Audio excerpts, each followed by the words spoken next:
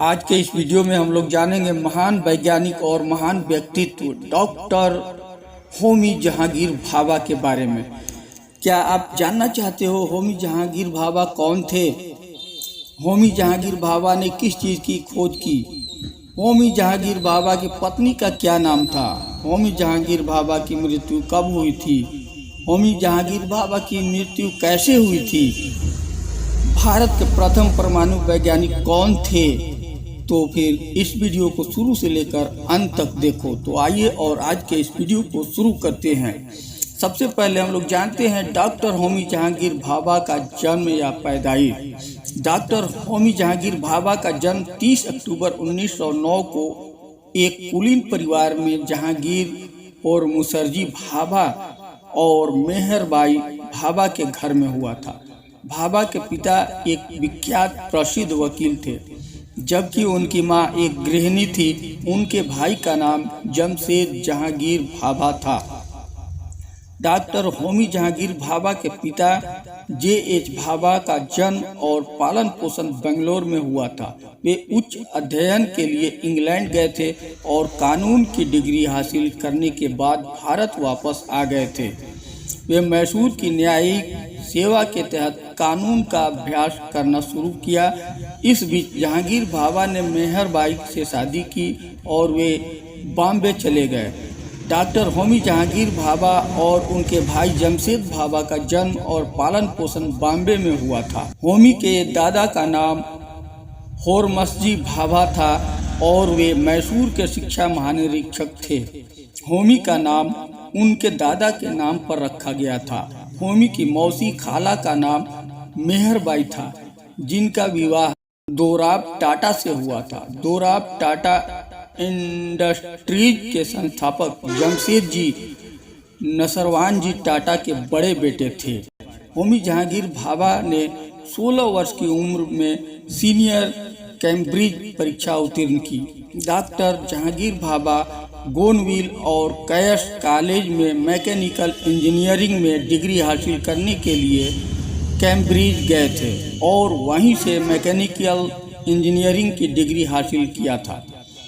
तो आइए अब हम लोग जानते हैं डॉक्टर होमी जहांगीर भाभा का कैरियर।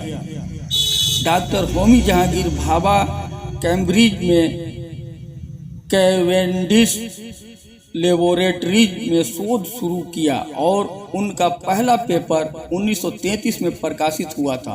2 साल बाद उन्होंने अपनी PhD की डिग्री हासिल की थी और 1939 तक कैम्ब्रिज में रहे। जब यूरोप में युद्ध छिड़ गया, भाभा भारत में थे और वे कुछ समय के लिए इंग्लैंड नहीं लौटने का फैसला किया। उन्होंने नोबेल पुरस्कार विजेता C.V. रमन के आदेश पर भौतिकी में एक पाठक के रूप में भारतीय विज्ञान संस्थान बंगलोर में अपना करियर शुरू किया, जो उस समय संस्थान में भौतिकी विभाग के प्रमुख थे।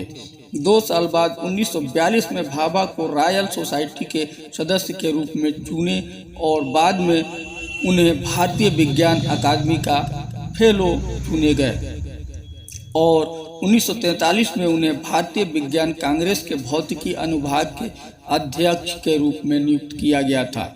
उन्होंने कांग्रेस पार्टी के कई वरिष्ठ नेताओं को एक महत्वाकांक्षी परमाणु कार्यक्रम शुरू करने के लिए राजी किया।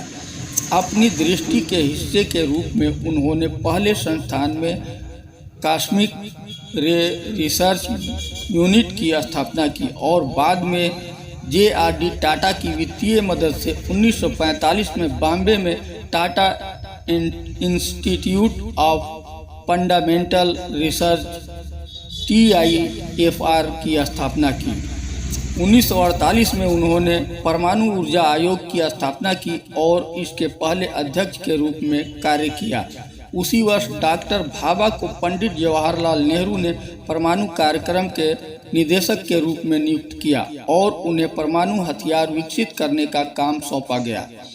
1950 में उन्होंने IAEA सम्मेलनों में भारत का प्रतिनिधित्व किया और 1955 में जिनेवा स्विट्जरलैंड में परमाणु ऊर्जा के शांतिपूर्ण उपयोग पर संयुक्त राष्ट्र सम्मेलन के अध्यक्ष के रूप में कार्य किया।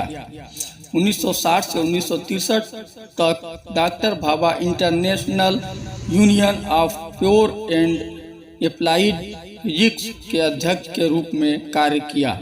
डॉक्टर होमी जहांगीर भाभा ने कॉम्पटन स्कैटरिंग आर प्रोसेस और परमाणु भौतिकी की उन्नति में योगदान किया।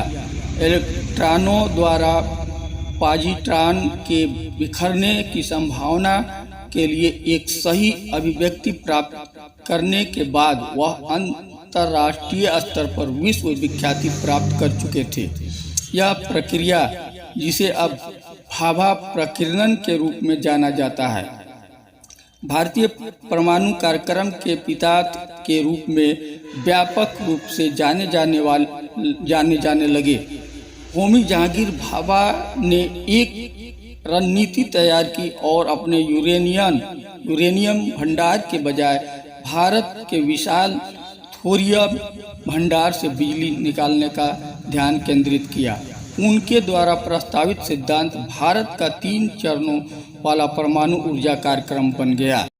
डॉक्टर होमी जहांगीर भाभा को 1942 में कैम्ब्रिज विश्वविद्यालय से एडम्स पुरस्कार मिला था और 1945 में भारत सरकार द्वारा पद्म भूषण पुरस्कार से नवाजा गया था और 1951 और 1953, 1956 में भौतिकी में नोबेल पुरस्कार के रूप में नामांकित किए गए थे।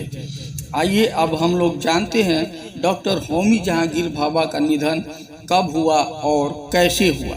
डॉक्टर होमी जहांगीर भाभा ऑस्ट्रेलिया के विमान में अंतर्राष्ट्रीय परमाणु ऊर्जा एजेंसी की वैज्ञानिक सलाहकार समिति की बैठक में भाग लेने गए थे और वहां से लौटते समय मोंट ब्लांक में एक विमान दुर्घटना में उनकी मृत्यु हो गई थी, जो भारत के लिए सबसे बुरी खबर थी, क्योंकि भारत सहित पूरे विश्व का सबसे बड़ा परमाणु वैज्ञानिक को अमेरिका द्वारा जानबूझकर साजिश के तहत विमान क्रैश करवाकर मार दिया गया, क्योंकि अमेरिका नहीं चाहता था कि भारत परमाणु क्षेत्र में अमेरिका से आगे निकले। और उस समय हर जगह चारों तरफ खबरों में था कि विमान की स्थिति के बारे में पायलट और जिनेवा हवाई अड्डे के अधिकारियों के बीच गलतफहमी थी और अंततः एक पहाड़ से टकराने के बाद विमान दुर्घटनाग्रस्त हो गया। विमान में सवार 117 यात्रियों के साथ उनकी मौत हो गई। खबरों में था कि होमी जहांगीर भाभा को मारकर भारतीय परमाणु कार्यक्रम को बंद करके भारत को परमाणु क्षेत्र में आगे बढ़ने से रोका जा सकता है और जानबूझकर विमान को दुर्घटनाग्रस्त किया गया था। साल 2012 में विमान दुर्घटना स्थल के पास एक भारतीय राजनयिक बैग खोजा गया था, जो विमान दुर्घटना में केंद्रीय खुफिया एजेंसी CIA की भागीदारी की ओर इशारा करता था। ग्रेगरी डगलस ने अपनी पुस्तक कन्वर्सेशंस विद क्रो में दावा किया है कि CIA विमान दुर्घटना में शामिल थी, जिसने अंततः विमान के कार्गो सेक्शन में बम रखकर होमी जे भाभा की हत्या को अंजाम दिया था। तो आइए अब हम लोग जानते हैं डॉक्टर होमी जहांगीर भाभा के विरासत के बारे में। 1966 में डॉक्टर होमी जहांगीर भाभा की मृत्यु के बाद उनके सम्मान में मुंबई में परमाणु ऊर्जा प्रतिष्ठान का नाम बदलकर भाभा परमाणु अनुसंधान केंद्र कर दिया गया। भारत में ऊटी में एक रेडियो टेलीस्कोप उनकी पहल थी, जो 1970 में एक वास्तविकता बन गई। होमी भाभा राष्ट्रीय संस्थान, एक भारतीय डीम्ड विश्वविद्यालय और मुंबई में होमी जहांगीर भाभा विज्ञान शिक्षा केंद्र उनके नाम पर प्रसिद्ध संस्थान है। डॉक्टर होमी जहांगीर भाभा का देश और समाज के लिए समर्पित प्रेरणा ज्ञानवर्धक जानकारी कैसा लगा, कमेंट बॉक्स में कमेंट करके अपनी प्रतिक्रिया जरूर दें। थैंक्स, धन्यवाद।